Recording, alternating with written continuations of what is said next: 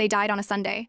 My husband, James, and our 2 children, Lily and Jonah. One moment we were laughing in a park under a golden sky, then everything was gone. I was the only one who survived.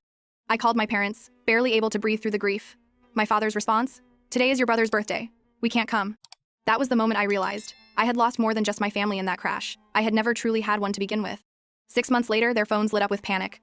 A headline, a name, mine. And suddenly, the daughter they dismissed had become the woman reshaping an industry and burying their empire without a sound. My name is Natalie Carrington, and this is the story of how I built something powerful from the ashes of everything I lost. I was never the golden child. That title belonged to my younger brother, Dylan. Charming, loud, athletic, the future of the Carrington name, as my father used to say at every business dinner and holiday gathering. Meanwhile, I was the quiet one, the reader, the planner, the invisible. Growing up in the Carrington estate in Rye, New York, everything sparkled on the outside. Polished floors, gala invitations, silver cutlery. But inside our home, warmth was rationed like wine served only to those deemed worthy. And Dylan was always worthy. I wasn't. My father, Gerald Carrington, built Carrington Fine Foods from the ground up, so he liked to say. In truth, my grandfather opened the first store. My father just added marble floors and overpriced imported olives. Image was everything to him. Control was his religion. And Dylan was his altar boy. My mother, Claudine, played her part: perfect hair, perfect pearls, perfect silence.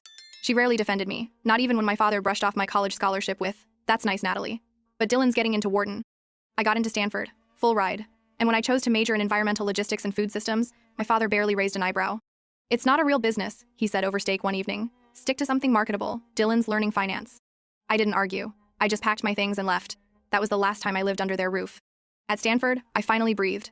I met professors who listened, friends who didn't judge my last name, and one particular guy who changed everything, James Archer. He wasn't rich. He wasn't flashy. He was a civil engineer working on sustainable food delivery systems. The first time I heard him talk about fairness in food access, I felt something stir in me. James didn't care that my family ran a luxury supermarket empire. He cared that I wanted to do something different. Something real. We built our life far from the Carrington spotlight. I worked in nonprofit food distribution. James consulted for grassroots farm cooperatives.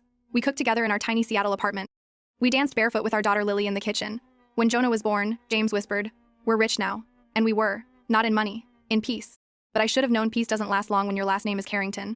Especially when you were never supposed to rise above your assigned place in the shadows.